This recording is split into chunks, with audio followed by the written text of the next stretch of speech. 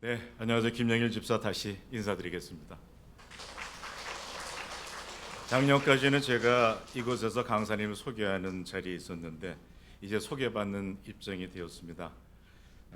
친숙한 공간이면서도 좀 이 어색하기는 하지만 또 설레기도 하고 좀 떨리기도 합니다. 제가 경험한 40일간의 산티아고 순례길을 사진과 곁들여서 여러분들과 함께 한번 여정을 밟아가도록 하겠습니다. 오늘의 강의는 우선 산티아고 순례길이란 어떤 것인지 여러분들에게 소개를 한번 해드리고요. 그리고 어떻게 걷고 또 무엇을 먹으며 걸었으며 어디서 묵고 잠을 잤고 또 만난 사람들은 누구이고 무슨 생각을 하며 걸었을까, 그리고 마지막에 얻은 것은 무엇이었나 하는 순으로 말씀드리겠습니다.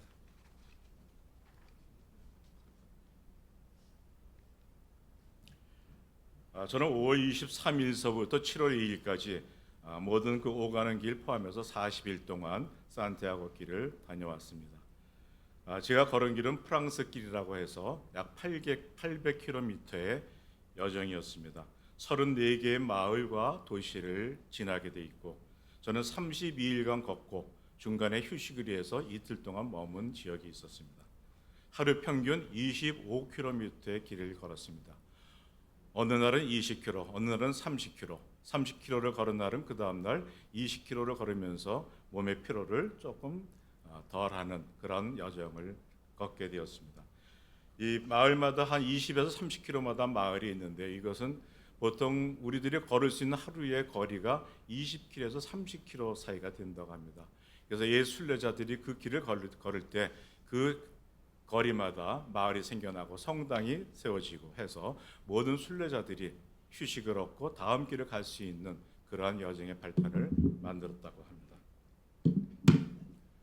근데 그 많은 길 중에서 왜 산티아고 길을 갔다 왔는가 하는 게 있겠죠. 국내에도 수없이 많은 길이 있습니다. 북한산 가까이에는 북한산 둘레길이 있고요.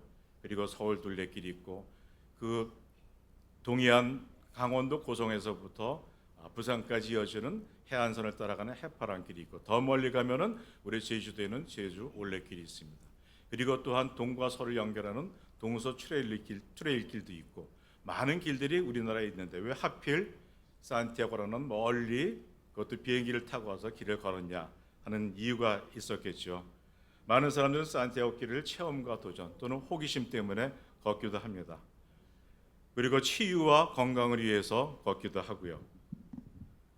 그리고 자기의 성찰, 자기가 이제까지 살아온 길이 무엇이었는가를 다시 한번 생각하는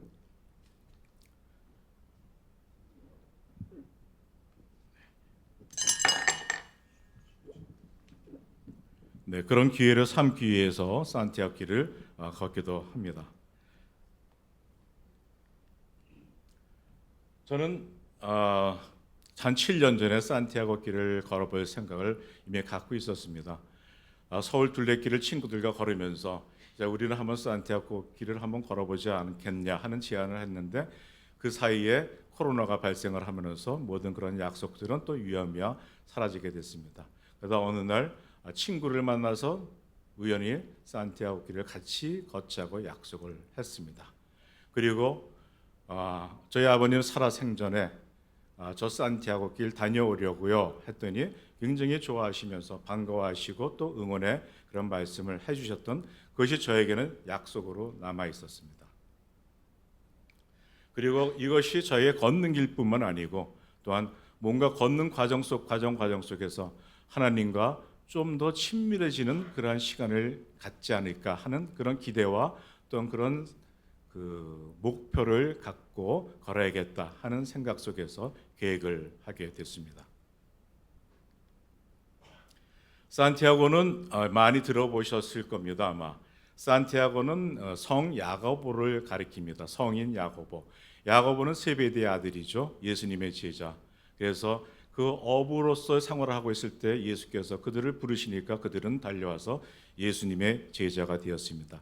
야고보라는 이름은 많이 있습니다. 예수님의 동생도 야고보이고 알페오의 아들도 야고보가 있습니다.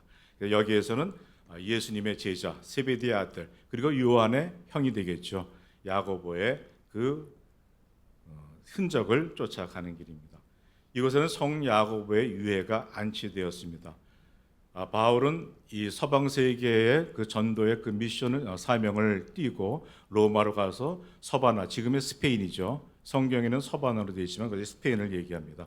스페인 쪽에 선교를 계획하고 있었지만 뜻을 이루지 못하고 이제 그를 쫓던 우리 야고보가 스페인으로 가서 선교를 하고 예루살렘 돌아와서 거기서 순교를 당합니다. 그 순교를 당했을 때 그 유해를 그를 따르던 자들이 배에 실어서 지중해 바다에 띄었습니다. 그리고 나서 그 배는 대서양 저 끝쪽 스페인의 끝쪽 마을인 산티아고라는 그 지금 이제 산티아고는 이름이 지어졌지만 그 어느 바닷가에 머무르게 되었었죠. 어느 목동이 밤에 별빛을 따라가다가 보니까 그 바닷가 한 기슭에 놓여져 있는 그 배와 함께 시신을 발견했습니다. 근데 그 시신은 이 가리비아라고 하는 조개 껍질에 쌓여 있었답니다. 그래서 그 시신이 하나도 손상되지 않는 채로 발견이 되었다고 하죠. 그래서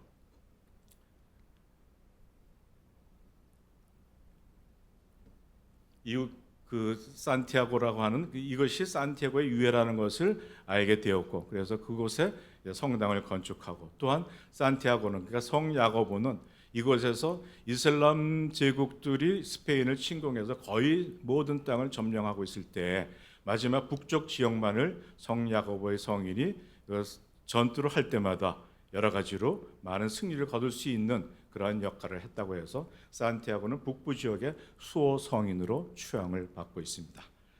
그래서 아까 말씀드렸던 가리비 조개는 이제 산티아고 순례길의 상징이 되어가고 있습니다. 보시는 것은 산티아고 중앙 성당이죠. 성당이고 이것은 성당 내부입니다. 정확하게 산티아고 성당은 산티아고 콤포스텔라 성당이라고 이름 지어져 있습니다. 그리고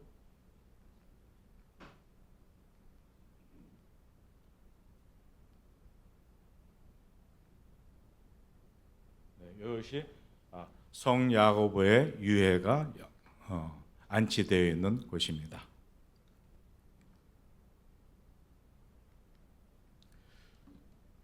이 산티아고의 그 모든 순례자 안내길은 가리비 껍질로 모든 그 이정표가 표시가 되어 있습니다. 보시면은 이런 조개 껍질의 모양이 있고 조개 껍질을 조금 더 형성한 모습이 있고 이렇게 길바닥에 이런 표지판들이 이정표가 붙어 있는 경우들이 있습니다. 그리고 길을 갈 때 이쪽 길인가 저쪽 길인가 모를 때 항상 이런 이정표가 세워져 있어서 가는 나그네 길을 가다 헷갈리지 않도록 인도를 하고 있습니다. 여기서 이쪽 길이 있고 직선이 있을 때 보면은 직선으로 가라고 하는 이런 표시가 되어 있고요. 여기 391km는 앞으로 산티아고까지 391km가 남았다는 표시입니다. 여기 마찬가지로 좌우로 갈려 있는 길에 이런 조갑이 표시가 되어 있고 화살 표시가 되어 있죠. 이것은 우리는 모든 순례자들, 나그네들이 길을 잃지 않도록 안내해 주는 표지판이 되고 있습니다. 이제 저는 이 길을 준비하면서 많은 망설임과 두려움이 있었습니다. 우선 건강과 안전, 낯선 땅에 가서 제가 말도 잘 통하지 않는 곳에서 혹시라도 사고를 당하지 않을까 하는 그러한 두려움이 있었고요. 또한 그 항공편을 예약하고 그것을 또 갈아타는 여러 가지 그 촉박한 시간 속에서의 어떤 두려움들, 그런 것들이 저의 갈 길을 자꾸 막고 있었습니다. 저렴한 항공편을 구하려고 또 애를 썼고, 그리고 그것이 갈아타는 그런 과정들이 많다 보니까는 그 촉박한 시간 속에서 내가 과연 목적지까지 다가갈 수 있을까 하는 그런 망설임 속에서 일단 일을 시작을 했습니다. 또한 숙소는 내 한 몸 누일 곳이 없을까 하는 그러한 생각도 있었지만은 막상 갔었을 때 내가 잘 곳이 없다면 나는 정말 어디 밖에서 노숙을 해야 되지 않을까 하는 두려움도 또한 없지 않아 있었습니다. 사전 준비를 해야겠죠. 그래서 매일매일은 아니지만 걷기 훈련을 했습니다. 하루에 5km, 10km를 걷기도 하고 무거운 배낭을 등에 짊어지고 산길을 오르는 그런 연습을 통해서 이미 어떤 기초적인 체력을 만들어 놓으려고 애를 썼습니다. 그리고 예방주사도 맞고 그리고 건강검진도 또한 받았습니다. 가족들이 간곡한 만류 속에서 제발 가지 않았으면 하는 그런 마음들이 있었기 때문에 저는 그래도 그것을 놓칠 수가 없었고, 그래서 가족들이 하는 생각은 건강검진을 받아서 아무런 하자가 없다면 오케이를 하겠다 했는데 저는 행복하게도 오케이를 받았습니다. 그리고 그 대신에 응급처치에 쓰는 약과 그리고 비상약품을 한 보따리 싸가지고 배낭에 싣고 길을 떠났습니다. 자, 산티아고 순례길은 산티아고로 향하는 모든 길을 산티아고 순례길이라고 부르고 있습니다. 먼저 보시면은 이쪽 포르투갈의 리스본이라는 데 출발해서 산티아고까지 가는 포르투갈 길이 있고요. 이쪽은 세비야라고 하는 쪽에서 출발해서 가는 은혜 길이 있고, 영국 쪽에서 들어와서 해안 쪽으로 들어오는 영국 길이 있고, 저는 프랑스에서 출발을 해서 들어오는 약 800km의 프랑스 길을 걷기로 결정을 했습니다. 32일에 걷는 모든 여정은 오르막 내리막이 연속되는 그런 길이었습니다. 보시다시피 보면은 맨 처음에는 굉장히 높은 산을 오르다가 오르락 내리락 하다가 다시 또 오르고 또 평지를 가다가 오르내리는 그런 과정들의 연속이었습니다. 보시면은 이런 보이지 않는 거의 평지와 같은 그런 길들이 어떤 때는 150km 이상 되는 소위 메세타 대평원이라는 길을 걸어가기도 했습니다. 광활한 대지를 보면서 탄성이 나오기도 했지만 때로는 너무도 지루한 길이었기 때문에 무슨 새로운 길이 없을까 하는 그런 바람 속에서 계속 길을 걷게 됐죠. 저는 인천을 5월 23일 날 출발을 했습니다. 저렴한 항공편 그리고 비행기를 열 몇 시간 탄다는 거가 조금 부담이 될 수 있을 것 같아서 중간에 갈아타는 그런 비행기를 예약을 했습니다. 그래서 에티하드라고 하는 그 아랍에미레이트 국적의 비행기를 탔습니다. 그래서 아부다비에서 9시간 걸려 도착하고 거기서 한 3, 4시간을 휴식을 취하고 다시 비행기를 타고 파리에 도착을 했습니다. 기내식도 맛있게 먹었습니다. 파리에 도착하고 이제 그 지하철을 통해서 파리 시내로 들어가게 되면 거기서 떼제백 우리의 KTX와 같은 고속 열차를 타고 이제 목적지를 향해서 또 움직이게 됩니다. 그곳에서 저는 그 주말에 예약을 했다 보니까는 직행 기차가 없어가지고 중간에 2번이나 갈아타야 되는 그러한 어려움을 겪게 됐습니다. 15분간의 환승 시간이라는 것이 저에게는 굉장히 부담이었고 생전 모르는 곳에 가서 혹시나 제가 반대 방향의 기차를 타지 않을까 하는 그런 두려움도 있었습니다.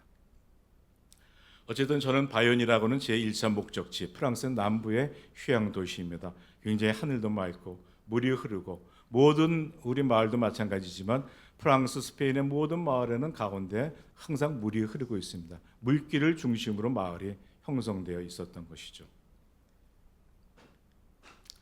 이제 그곳에 다시 또 기차를 타고 1시간 반 걸려서 생장 피에드포르라고 하는 지역으로 옮겨갔습니다.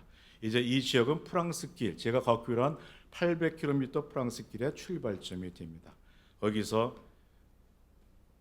이제 순례자들을 위한 사무소가 있습니다. 여기 모든 자원봉사자들이 순례자들에게 여권을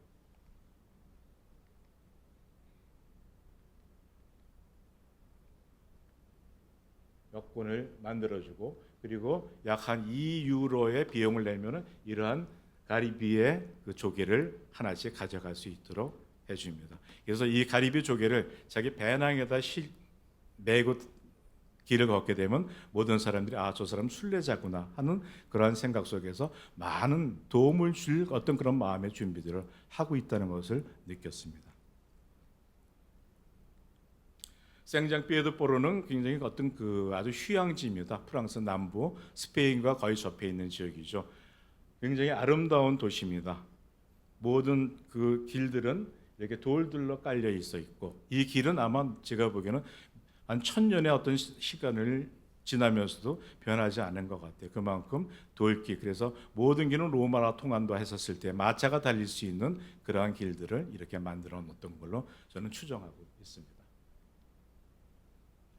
자, 그 다음 날 하루를 쉬고 이제 나폴레옹 루트라고 하는 것을 통해서 피레네 산맥을 넘는 첫 걸음이 시작됐습니다.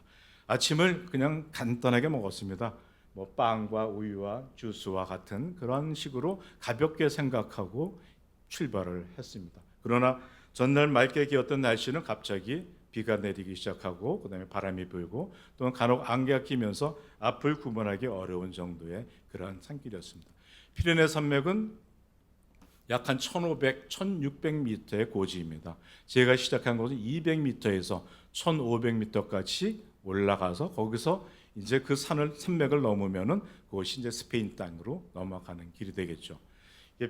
나폴레옹 루트라고 하는 것을 넘었는 나폴레옹 루트는 나폴레옹 군대가 스페인으로 침공할 때 넘어갔던 길이라고 해서 나폴레옹 루트인데 보통 그 일기가 불순해서 보통 11월서부터 3월까지는 그 길이 통제가 되고 있는데 저는 5월 달에 갔기 때문에 그 길이 열려 있었습니다. 보시다시피 비바람이 불고 그리고 많은 사람들은 이 대피소에서 시간을 보내면서 날이 좋아지기를 기다리고 있기도 했었습니다. 그러나 저는 쉬지 않고 길을 걸어갔습니다.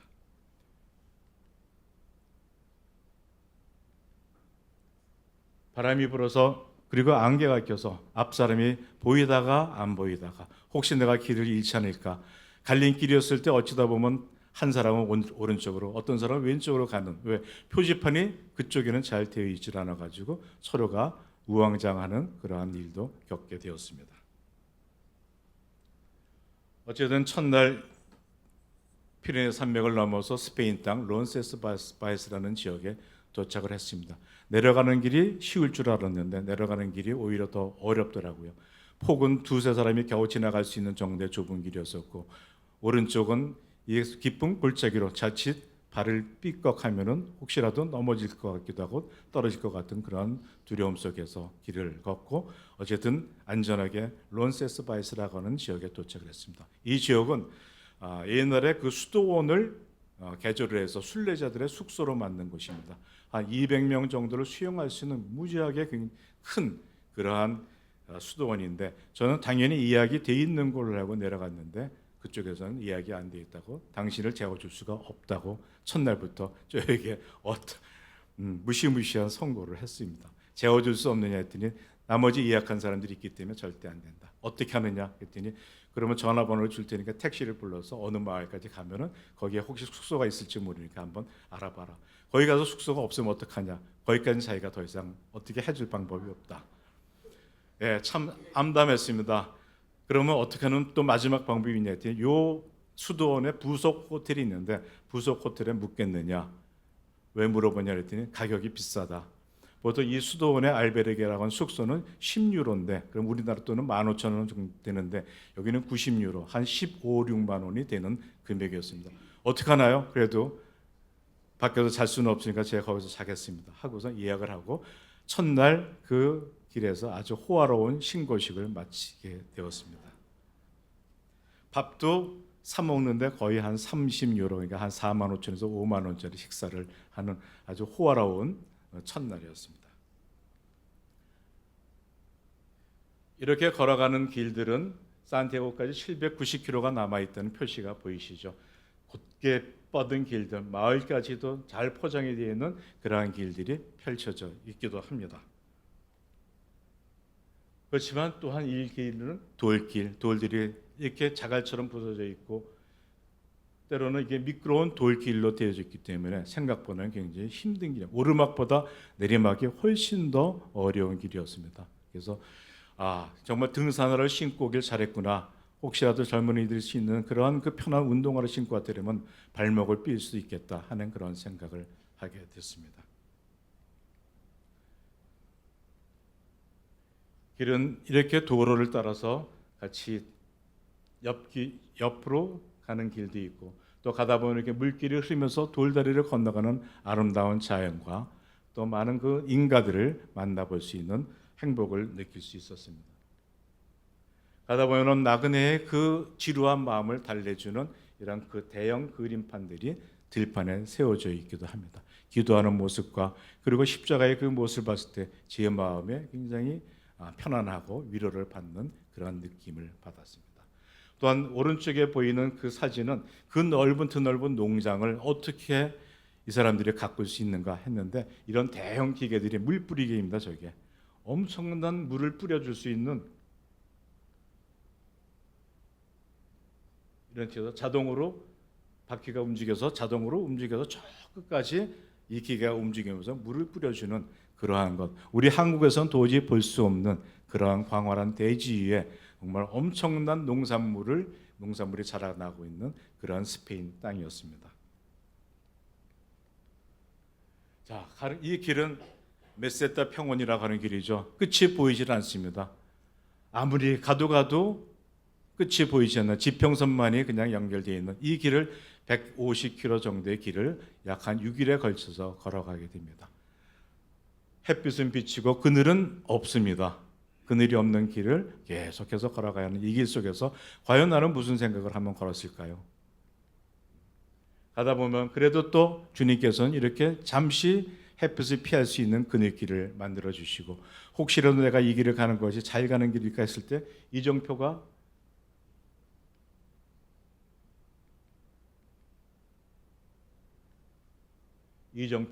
이렇게 저의 길을 다시 안내해 주기도 합니다. 길은 한없이 이어지지만 또 가다 보면 마을이 보이기도 합니다. 저 마을이 보이면 이제 다 왔구나 하는데 이미 한 4km 정도 남은 길이 왜 이렇게 길게 느껴지는지 가도 이 마을은 나타나지 않고 내가 쉴 곳이 이렇게 멀리 있나 하는 그런 생각으로 한때는 지치기도 했습니다. 이렇게 아름다운 자연도 주변을 둘러보면 하나님께서 만들어진 주님의 세계가 이렇게 한없이 펼쳐져 있기도 합니다. 길에 가야 되죠. 외롭기도 합니다. 또는 많은 생각을 갖고 갈 때에 어느 날 태극기가 걸려있는 마을을 만나게 되었습니다. 저를 위해서 태극기를 개양을 했을까요? 그건 아니고 아마 한국 단체팀이 온 것 같아요. 한국 단체팀이 오니까 한 마을에 한 30명 정도 묵게 되니까 아마 이러한 태극기로서 환영하는 그러한 그 모습을 보여준 것 같습니다. 엄청 반가웠어요. 태극기를 볼 때, 이 태극기를 내가 이곳에서 만날 수 있다니 얼마나 행운인가 하는 그런 생각을 해봤습니다. 길은 계속 이어집니다. 가다가 나그네가 쉴 수 있는 이렇게 돌로 된 의자도 곳곳에 만들어져 있습니다. 다리가 아프거나 또는 땀이 흐를 때 이곳에 잠시 쉬든가 아니면 앉든가 아니면 잠시 눕듯이 앉아서 피로를 조금 가시게 한 다음에 다시 다음 길을 나서는 그런 과정이었습니다. 어느 날은 30km를 걸어야 하는 길은 보통은 2시나 3시까지, 낮 2시까지는 숙소에 들어가야만 되는 과정입니다. 왜냐하면 햇빛이 너무 뜨거워서 그 이상 걷게 되면은 자꾸 몸이 처지고 그래서 목적지까지 시간이 더 걸리게 됩니다. 그래서 많이 걸어야 하는 그런 날은 새벽 보통 5시에서 6시 사이에 출발을 합니다. 조금 위험해 보이죠. 사실상 그 길을 때 저쪽에서 오는 그 자동차의 불빛을 볼 때는 멀찌감치 피해서 다시 또 그 길을 걷는 그런 과정을 겪기도 했습니다. 이때 날씨는 새벽은 스페인 날씨는 보통 16도 새벽은 그리고 낮 기온은 35도에서 37도까지 올라가는 하루에 일교차가 굉장히 심한 지역이기도 합니다. 길을 이렇게 아름다운 도시도 보고 또한 큰 도시를 갈 때에는 우리가 저는 그 동화 속이나 어떤 그 이야기 속에 들을 수 있었던 성과 같은 그런 아름다운 풍경도 또 마주할 수 있는 그런 기쁨도 있었습니다. 자, 주님의 세계는 참으로 아름다웠습니다. 전혀 우리 한국에서 경험할 수 없었던 그 광활한 대지에 펼쳐진 그 주님의 세계를 볼 때에는 저의 입에서 찬송이 자연스럽게 흘러났습니다. 주 하나님 지으신 모든 세계, 그 아름다운 이 세상을 우리가 누리고 있다는 그 자체가 얼마나 큰 은혜인지를 다시 깨닫게 되었습니다. 보리밭, 밀밭이 펼쳐 있고요. 그리고 가끔 가다 보면 저렇게 양귀비가 지천에 깔려 있는 그런 아름다운 들판을 지나가고 있습니다. 왼쪽에는 스페인 쌀이나무라고 하는데 굉장히 노란 색깔의 아름다운 빛을 띤 나무입니다.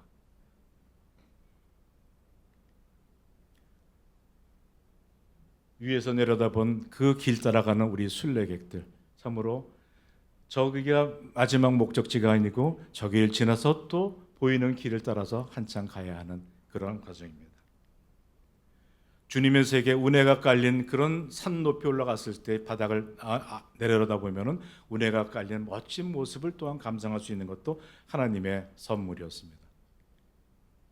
이 높은 곳에 집을 짓고 살 수 있는 그러한 지혜를 허락하신 것도 하나님의 은혜라고 생각됩니다.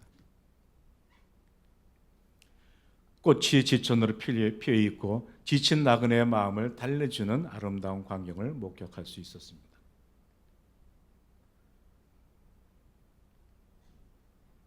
주님의 세계는 물이 흐르고 또한 뜨거운 날 그 다음 날은 비를 뿌려 주셔서 또 맑은 날씨와 함께 시원한 날씨를 주시기도 했습니다. 꽃이 보이고 또한 여러 가지 그 마을들을 지나면서 많은 생각을 하게 됐습니다. 이제 그러한 길을 걸으면서 저 혼자 걸어가면서도 많은 이들과 또 중간중간에 만날 수 있는 그런 기회를 갖게 됐습니다. 이제 동행 더불어 함께 걷는 이들과 나누는 따뜻한 말 한마디가 항상 저의 마음속에, 그리고 그 순례객들의 마음속에는 항상 담겨져 있었습니다. 올라 하는 것은 안녕하세요 라고 하는 우리말로 하면 그렇게 됩니다. 만나는 이들마다 항상 미소 띄는 얼굴로 올라 하면은 상대방은 buen camino, 예, 좋은 행복한 길 오늘의 여행이 되세요 하는 그런 화답을 합니다. 또 음식점에 가서 밥을 시키고 맛있게 먹고 난 다음에 그라시아 했었을 때 그라시아는 주님의 은혜로, 영어로는 그레이스가 되겠죠. 주님의 은혜로 말미암아라고 하는 그러한 그 감사의 그 말씀들이 전부 다 하나님의 그 은혜가 담겨져 있는 그러한 인사말들이었습니다. 참으로 부러웠습니다. 저희들은 그냥 고맙습니다 그렇게 인사를 하는데 이제 우리도 한번 주님의 은혜로 너무나 감사합니다라고는 은혜가 마음속에 담겨져 있는 그런 말들이 오가는 우리 동신기회가 됐으면 하는 그런 마음입니다. 자, 여기에 보이면은 벽화이기는 하지만은 어느 한 나그네가 지쳐서 쓰러져 있었을 때 한 그 같이 길을 걷던 또 나그네가 그를 보호하고 있는 모습은 마치 착한 사마리아 사람을 보는 것 같은 그러한 느낌이 들었습니다. 그래서 이러한 길 속에서 내가 힘들고 지쳐서 쓰러졌을 때는 누군가가 나를 도와줄 수 있는 손길을 하나님께서 이미 만들어주고 계시구나 하는 생각을 하게 됐습니다. 만나는 사람들 많이 있었습니다. 이분은 한 80일간 계획으로 하루에 10km를 걸으면서 800km를 걷겠다는 생각으로 한국 음식 이외에는 먹지를 못해가지고 밥솥, 쌀, 김치를 다 공수해 오신 분입니다. 그래서 아침에 밥을 해서 아침 식사를 하신 다음에 그 다음 밥은 이 택배라는 시스템이 있거든요. 동기 서비스라고 하는 그 택배로다가 실어서 다음 숙소까지 보내놓고 하시는 그런 열심으로 걷고 계신 분입니다. 대장간에 가서 대장장이를 만났을 때 코리안이라고 물어봤을 때 그렇다니까 자기가 코리아를 너무 좋아하고 자기는 한번 방문했었던 기억이 있다고 하는 그런 반감으로 맞아주기도 했습니다. 오른쪽 사진은 갈증이 너무 나서 종가 좀 마실 것이 있었으면 하는데 어느 마을에 들어섰더니 뒤에서 아이스 커피 한잔 하고 가시죠 그런 소리가 들렸습니다. 보니까 한국 분이셨는데 이곳에 와서 카페를 운영하시는 분이었습니다. 예, 거기서 마신 아이스 커피가 이제까지 마셔본 것 중에서 제일 맛있었습니다. 예, 그리고 그분이 만들어준 그 오렌지 주스 너무도 달콤하게 잘 마시면서 중간에 그 따가운 햇빛을 피해서 잠시나마 휴식을 취할 수 있었던 그런 길이었죠. 이분은 그곳에서 스페인 남자와 결혼을 해서 그곳에서 살고 계시고 때마다 겨울이 되면 순례객들이 줄어들 때는 한국에 와서 지내신다고 합니다. 아침 밥상이 차려진 것입니다. 순례객들이 묵는 그 숙소에는 아침에 자기가 신청을 하면 이렇게 아침이 정갈하게 꾸며져 있습니다. 아주 정성스럽게 꾸며져 있죠. 이렇지 않은 데도 있지만 제가 너무 이 모습이 보기 좋아 사진을 찍었습니다. 오른쪽은 그 순례객들이 묵는 숙소 알베르게 하는데 그날 저녁에 식사를 순례자의 식사라는 게 있습니다. 순례자의 식사가 한 2만 3천 원 정도 되는 걸 신청을 하면 이렇게 많은 사람들이 모여서 식사를 할 수 있는 공간이 마련이 됩니다. 그러면 여러 나라 사람들이 모여서 자기가 오게 된 배경과 왜 왔는지를 서로가 얘기하고 또 어떻게 걷게 되는지 하는 그런 부분들을 서로 얘기를 나누면서 서로를 위로하는 아주 소통의 장으로서 굉장히 유익한. 근데 한국 사람들은 아무래도 이렇게 영어가 좀 능통해야 되는데 그런 것이 어렵다 보니까 이제 순례자의 식사에는 잘 참석을 안 하는 경우가 있죠. 저도 영어를 못하지만 그래도 뭔가는 끼워봐야겠다 해가지고 용기를 내서 몇 번 함께 참석을 했었습니다.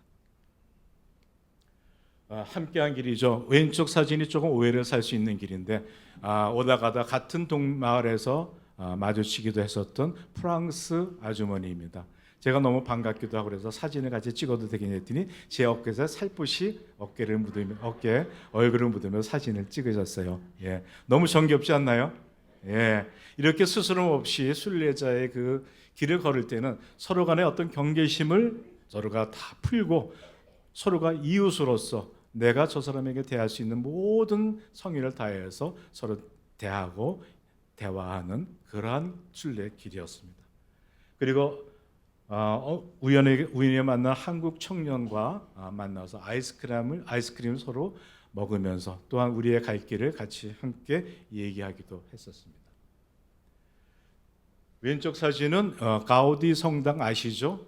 바르셀로나에 있는 가우디 성당을 설계한 이 가우디 설계자입니다. 가우디는 바르셀로나의 성당을 설계했지만 그는 레온이라는 도시에서 성장을 했습니다. 그의 생가가 있는 쪽에서 그 동상이 있길래 제가 그의 어깨를 껴안고 한컷 찍었습니다. 그리고 가는 곳마다 이런 그 벽화가 우리의 피로를 덜어주기도 하고 이 마음을 설레게 해주는 그런 모든 것들이 요소마다 펼쳐져 있었습니다.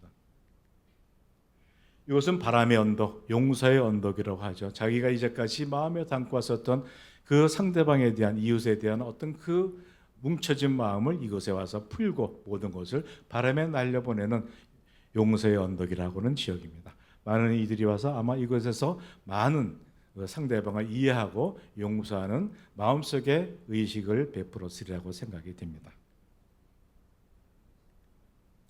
자, 가는 곳마다 또 이런 고양이들이 저희를 맞아주기도 하고 정말 개팔자 상팔자라고요.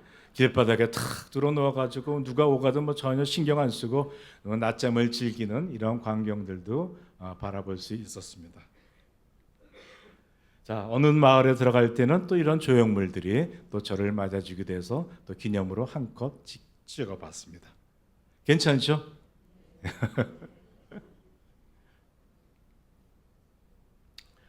자, 이제 그렇지만 혼자 걷기도 하지만 이렇게 많은 분들이 자전거를 타고 가시는 분들도 있고 또 많은 그룹으로 여행을 하시는 분들도 있고 친구끼리 가는 분들도 있고 그다음에 이렇게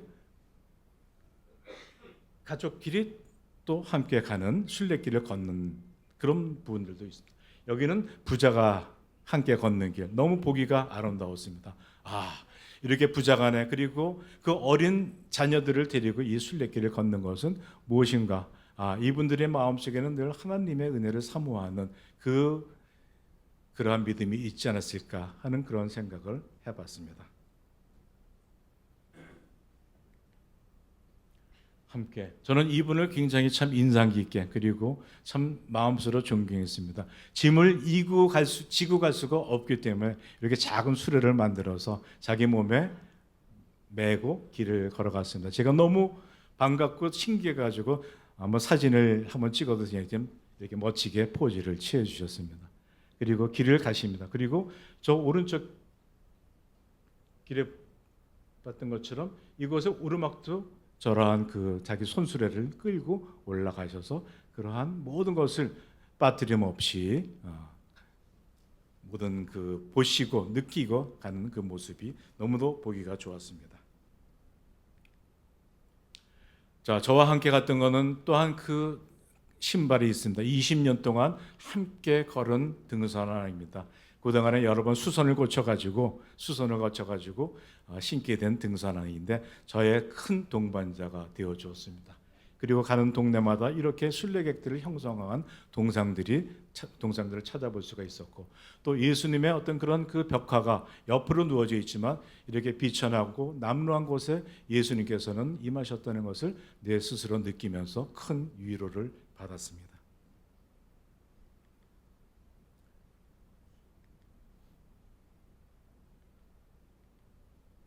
네, 가는 곳마다 이런 그 조형물들, 그 순례자를 형성한 조형물들이 맞아주면서 나 같은 모습의 이러한 순례객들이 이곳을 수없이 많은 분들이 지났었을 거라 하는 생각을 하게 됐습니다. 자, 그럼 이제 어디서 묵었을까요? 이렇게 길을 가다 보면은 묵어야 할 때가 있는데 그 숙소는 알베르게라고 하는 것이 보통의 순례자들이 묵는 곳입니다. 보통 옛날 우리 생각으로 하면은 여관과 같은 곳입니다. 많은 사람들이 함께 묵을 수 있는 곳이고요. 그것은 공립과 사립으로 구분이 되어 있고, 사립은 보통 한 15유로에서 한 25유로니까 한 2만 5천 원에서 한 4만 원 정도의 금액으로 갈 수가 있고요. 공립은 시설이 좋은데 거기는 예약을 받지를 않습니다. 거의. 선착순 빨리 가는 순서대로 예약을 잘 수 있기 때문에 거기는 젊은 사람들이 주로 많이 갑니다.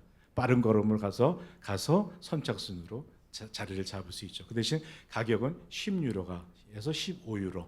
그리고 이곳에서는 밥을 해 먹을 수 있는 그러한 취사를 할 수 있는 공간들, 모든 도구들이 다 준비되어 있어서 많은 여러 사람이 함께 온 분들은 이곳에서 많은 밥을 해 먹기도 합니다.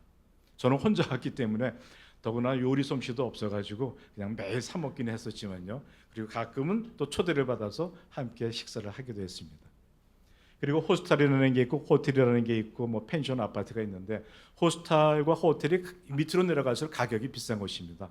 호스텔은 혼자서 방을 쓸 수가 있는 곳인데 그 대신 화장실과 샤워실은 공동을 사용하게 되어 있습니다. 호텔은 혼자서 방을 쓰고 샤워실과 그리고 화장실은 단독으로 되어 있지만 모든 호스텔과 호텔에는 냉장고가 없습니다. 물 한 그릇 없습니다. 그냥 침대와 씻고 그리고 고칠 수 있는 그 공간만이 아주 작은 공간만이 존재합니다. 그래서 이런 호텔들은 대개 한 7, 8만 원 정도의 금액입니다. 그래서 저는 한 2주일에 한 번 정도는 이런 그 단독의 호텔을 이용하면서 혼자만의 휴식을 취할 수 있는 그러한 요령을 한번 피워봤습니다.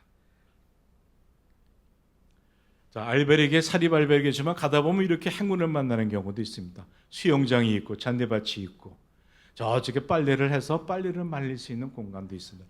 햇빛이 너무 좋아서 빨래를 말리면 한 3시간이면 바짝 아주 깨끗하게 마릅니다. 옛날 생각나시죠? 빨래 하셨던 그 생각들, 빨래줄에 걸었던, 지금은 이제 추억이 되어 버렸지만은 이렇게 황량한 벌판에 이런 숙소가 있는 곳도 있습니다. 과연 이 숙소를 왜 지어놨을까요? 아마도 20-30km 걸어갔을 때 순례자들이 쉴 수 있는 공간을 만들기 위해서 이런 황량한 벌판 위에 세워놓기도 했습니다. 제 3자리입니다. 이 3자리는 정말 한 사람 들어가서 누울 수 있는 2층 침대죠. 그리고 고개를 몸을 일으키면은 머리가 천장이 위 침대에 닿기 때문에 여기서는 어떻게 앉아 있을 수가 없어요. 그래서 여기 들어가면 일단 누워야 합니다. 누웠다가 잠시 쉬었다가 다시 나온다든가 하는 그런 과정이죠. 그렇지만 이러한 곳들도 저에게는 커다란 그 안식처였습니다. 그 6시간 7시간을 걷고 뜨거운 땡볕을 지나고 나오며 이곳에서 제게 안식을 주시는 주님을 생각했을 때 엄청 감사함을 느꼈습니다. 그리고 산천이나 초목이나 내 쪽에 예수 계신 곳이 천국이다라고 하는 그 찬송이 입에서 흘러나왔습니다. 맨 오른쪽에 있는 사진은 저는 때로는 숙소를 못 구할 때도 있습니다. 많은 관광객들이 순례자들이 모일 때는 미리 예약을 하지 않으면 예약하기 힘들었습니다. 그래서 다행히도 한국 단체팀 관광팀의 그 가이드한테 제가 요청을 해가지고 하나 방을 얻었는데 다락방이라도 괜찮겠냐 해서 얻은 다락방입니다. 굉장히 불에 탄 듯한 그런 모습도 있고 저 혼자만 자야 되는 곳이라서 공보가 나올 것 같은 그런 그 느낌에 밤새 몸을 뒤척이면서 잠을 못 이루기도 했었습니다. 그렇지만 이 한 몸 누일 곳이 있다는 그 자체는 엄청난 행복이었습니다. 네, 이렇게 1층 침대, 1층으로 되어 있는 침대도 있고 대개는 2층으로 되어 있는 침대들. 그래서 1층에 잘 수 있냐 했더니 그거는 그 관리인이 정해준 대로 자야 된답니다. 2층에 오르내리는 게 쉽지는 않거든요. 사다리를 타고 올라가야 되고 또 밤에 또 갑자기 또 내려와야 되는 경우에는 꼼꼼한데 저기 사다리를 타고 내려가기 때문에 조금 위험하기도 해서 그렇게 문의했더니 노라고 단호하게 거절을 했습니다. 자, 이건 공립 알베르기의 모습입니다. 이거는 그 보통 성당의 그 사제의 숙소, 사제관이죠. 사제관이 이제 이런 것을 순례자들의 숙소로다가 개조를 해서 이용을 하고 있습니다. 알베르기의 겉모습이기도 합니다. 그리고 이 사진은 제가 제일 좋아하는 사진입니다. 빨래를 해서 탁 말렸었을 때 그 햇빛에 그 말라가는 그 구름과 함께 그 바라다 보이는 그 모습이 저에게는 굉장한 행복이었습니다. 그런데 또 한 행복은 뭐냐면 이 빨래를 해놓고 걷어갈 때 많은 사람들이 자기 빨래인 양 걷어가는 것이 있었습니다. 그래서 보통 스포츠 타올이라고 하는 이런 파란 색깔들 이런 것들은 좀 헷갈리거든요. 그러니까 저는 자그마한 것을 가져갔는데 어떤 분이 제 걸 가져가고 이렇게 큰 거를 남겨놨어요. 그래서 이 숙소에서는 이불을 주지 않는 경우가 대부분이거든요. 그래서 저는 이거를 이불 삼아서 아주 잘 잠을 이룰 수 있었습니다. 자, 요거는 호텔과 호스텔의 그 모습입니다. 그렇게 우리나라가 생각하는 그런 호텔의 모습은 전혀 아닙니다. 자, 무엇을 먹었을까요? 아침에 먹었던 것들은 되게 간단하게 먹고 출발할 수밖에 없는 게 시간이 급하고 빨리 출발해야 되는 것 때문에 먹게 됩니다. 이 부분은 순례자 식사에서 제가 먹었던 부분이다. 워낙에 그 먹을거리가 많은 나라이기 때문에 풍성해서 하여튼 양 하나만큼 남기고도 남길 정도로 많이 줍니다. 이 샐러드와 그다음에 수프도 있는데 완전히 그 세숫대에 담아주는 것 같은 그런 양으로다가 풍부하게 먹고 남기고 그래서 두 사람이 여행을 한다면 굉장히 참 좋은 그런 그 순례길입니다. 이거는 그 생선 요리도 근데 이게 다 23,000원, 25,000원에 포함되어 있고요. 그리고 여기서 물은 사 먹어야 되는데 포도주는 그냥 무료로 제공을 해줍니다. 네, 포도주가 그렇게 맛있는 포도주는 아니고 아마 갓 생산한 그런 포도주라서 좀 그렇게 손이 가지는 않았습니다. 자, 이렇게 밥이 생각이 날 때에는 중국 큰 도시에 가면 중국 음식점이 있어서 중국 음식점에서 볶음밥을 먹기도 했고요. 그리고 아침 식사가 이렇게 썰렁하게 하는 경우도 있고 아니면 파스타라든가 그 먹고 싶을 때는 또 그것을 주문해서 먹기도 했고요. 저녁 때는 그 한국 청년과 함께 맛집을 탐방을 해서 저게 그 스페인의 유명한 버섯국이라고 합니다. 네, 근데 먹어보니까 정말 맛있더라고요. 예, 그래서 그런 호사도 누릴 수 있는 그런 기회를 얻기도 했습니다. 자, 이거는 갑오징어인데 엄청 맛있었어요, 하여튼요. 그러니까 뭐 농산물, 축산물이 엄청 풍부하니까 양도 많이 주고요. 그다음에 이렇게 뭐 빵이라고 하는 것은 항상 바게트 빵은 식사 때마다 그냥 무료로 다 항상 제공이 되는 그래서 먹을거리는 전혀 걱정이 없는 그런 행로였었죠. 자, 그리고 이제 국물이 없잖아요, 스페인 식사에는. 그래서 국물이 먹고 싶어서 어느 큰 도시에 갔었을 때는 일식집에 찾아갔습니다. 거기서 우동을 먹는데 저는 배가 고파가지고 한 12시쯤 갔더니 1시 반에 문을 연대요. 그래서 1시 반까지 그 앞에서 쪼르륵 굶으면서 기다렸다가 먹은 우동입니다. 너무 맛있어요. 예, 한국에서 먹는 우동보다 훨씬 더 맛있었습니다. 자, 이거는 길 가는 나그네들이 이제 그 20km 사이에 마을이 없을 때에는 먹을거리가 없겠죠. 그래서 이렇게 길가에 좌판을 버려놓은 분들이 있습니다. 이것은 금액이 따로따로 매겨져 있지는 않아요. 파리가 막 앉기도 하고 그러는데 자기가 먹은 만큼 나는 이 정도의 금액을 지불하면 좋겠다 하면서 기부제로다 운영되고 있는 그러한 가안이 식당이 가안이 노점입니다. 가안이 노점. 네. 그래서 여기 오른쪽에 앉으신 분이 이 노점의 주인 되시고요. 많은 분들이 앉아서 또한 식사를 하고 계십니다. 재밌죠? 네, 가지가지 하여튼 여러 가지는 많이 구비되어 있는 그런 길들입니다. 자, 이런 먹을거리 고기는 뭐 충분히 많아가지고 항상 다 먹지 못했습니다. 이거는 그 유명한 스페인의 문어 요리 폴뽀라고 하는 것도 있고요. 소세지 정말 다 못 먹어서 싸갖고 그 다음날 아침 식사를 하기도 했습니다. 자, 이제 산길을 걸을 때 어느 카페에서 마시는 그 콜라 한 잔과 빵 한 조각이 그렇게 달콤할 수가 없었고요. 그리고 고기도 다 먹지 못할 정도로 많이 줬고요. 먹을거리는 충분했습니다. 가는 곳마다 성당이 있었습니다. 저는 그 성당을 지날 때 항상 그 성당에 들어가서 기도를 했습니다. 오늘 저의 겸손을 늘 잃지 않게 하시고 교만에서 벗어나 늘 주변에 그리스도의 향기를 품을 수 있는 오늘의 길이 되게 해달라고 기도했습니다. 마을마다 성당이 있죠. 큰 도시는 대성당이 있습니다. 그 내부에 들어가면 이렇게 화려한 모든 장식이 되어 있고, 이 오른쪽 사진은 그 다음날 미사를 준비하는 우리로 얘기하면 찬양대의 연습 시간입니다. 그 모든 악기를 동원하고 그 연습하는 과정이 얼마나 진지하고 웅장한지, 우리 교회 찬양대도 참으로 잘하지만 이렇게 규모를 갖춘 것은 보기가 힘든 저에게는 행운이었습니다. 그렇지만 이제 그 스페인에도 이제 그 기독교의 그 현주소는 이렇게 성당 첨탑에 새가 둥지를 틀 정도로 이제 점점 쇠락해 가고 있는 기독교의 현주소를 읽을 수 있었습니다. 육체의 짐은 이제 벗어났습니다. 맨 처음에 이고지고, 그러니까 뒤로 메고 앞으로 메고 했었던 짐이었었죠. 오른쪽에 보면은요. 근데 여기에도 택배 서비스라는 게 있습니다. 내가 다음 숙소를 예약을 하게 되면 그 숙소로다가 내 짐을 보내달라고 저 꼬리표에다가 주소를 써서 6유로, 약 한 10,000원 정도를 집어넣으면 그 다음 숙소에 내 짐이 도착이 되어 있습니다. 아주 모든 시스템은 엄청 잘 되어 있습니다. 그러다 보니까 모든 짐을 제가 실어 보내니까 이거 지금 많은 챙겼지만 이제 주변을 둘러볼 수 있는 표정도 굉장히 밝아졌죠. 네. 그리고 이 길을 걷는 목적이 내가 하나님께 더 가까워지겠다는 건데, 내가 짐 때문에 고생을 하면서 하나님과의 어떤 그런 대화를 잊어버리지 않았나 했는데, 짐을 벗으니까 마음의 짐도 벗어졌습니다.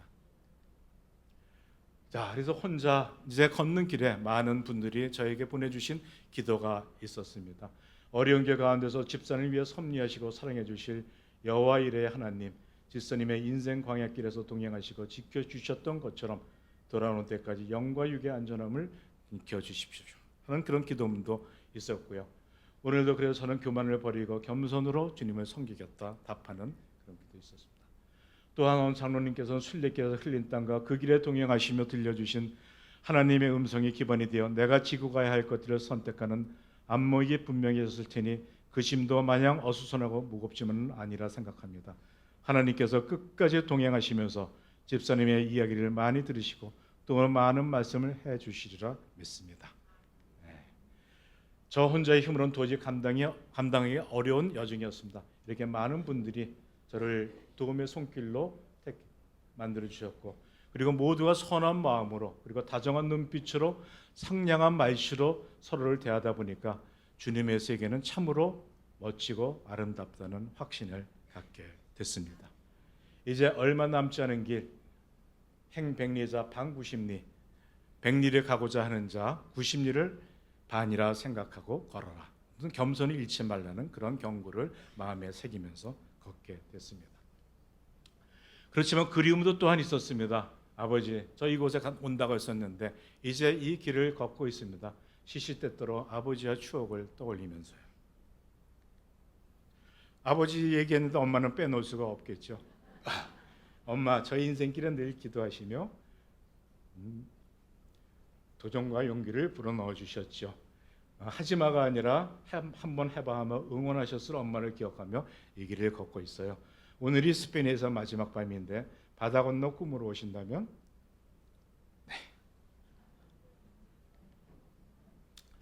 제가 맨 처음에 약속했던 친구와의 약속은 어그러졌습니다.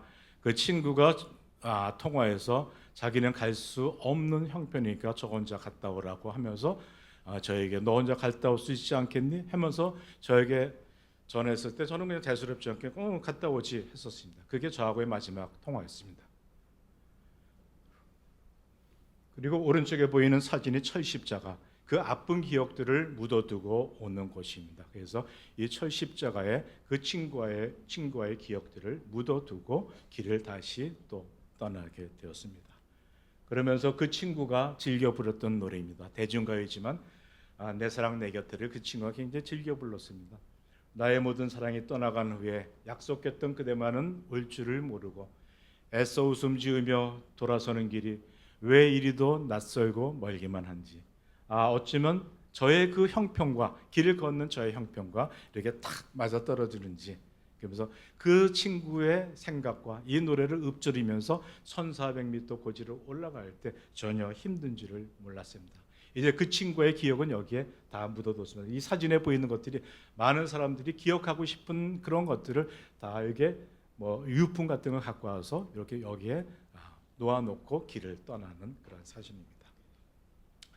자, 이제 저희 그 사랑하는 아내에 대한 그 멘트도 빼놓을 수가 없지만 이건 너무 남사스러워가서 그냥 살짝 넘어가도록 하겠습니다. 어쨌든 걸어보니 인생길이라는 게 대단한 게 없더라는 것을 제가 제 아내에게 얘기했습니다. 모두가 엇비슷한 인생살이 도토리 키재기처럼 아등바등 산다는 게 결국은 하나님의 은혜를 갉아먹는 허심이었다는 것을 깨닫게 된 것. 이것이 순례길의 가장 큰 수확이었습니다. 산티아고 입성을 했습니다. 저의 서광이 이렇게 비춰지고 있네요.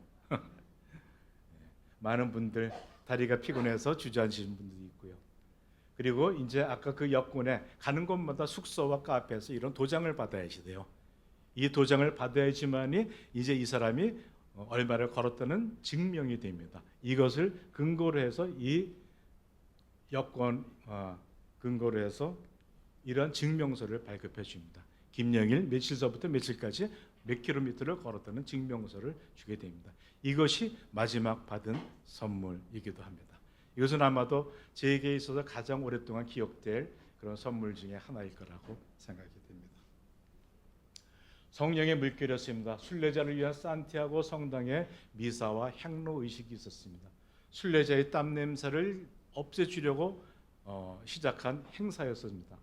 향로에 불을 피워서 그 냄새로 순례자의 땀 냄새를 없애준다는 그런 의미에서 시작됐는데, 제게는 영혼의 찌꺼기, 이제까지 쌓아온 영혼의 찌꺼기를 말끔히 씻어주는 그 새 생명으로 거듭나는 구원의 의식으로 여겼습니다. 너무도 감동의 어떤 그러한 시간이었습니다. 성령 충만 감사가 물밀듯 밀려왔고요. 이제 혼자가 아닌 주님과 함께 걸었던 40일의 여정, 40년간 광야 쪽에서 불기둥과 구름기둥으로 우리 이스라엘을 인도하셨던 하나님, 제 40일의 여정 속에서도 항상 저를 그 성령의 물결에 태우셔서 저를 산티아고까지 인도하셨습니다.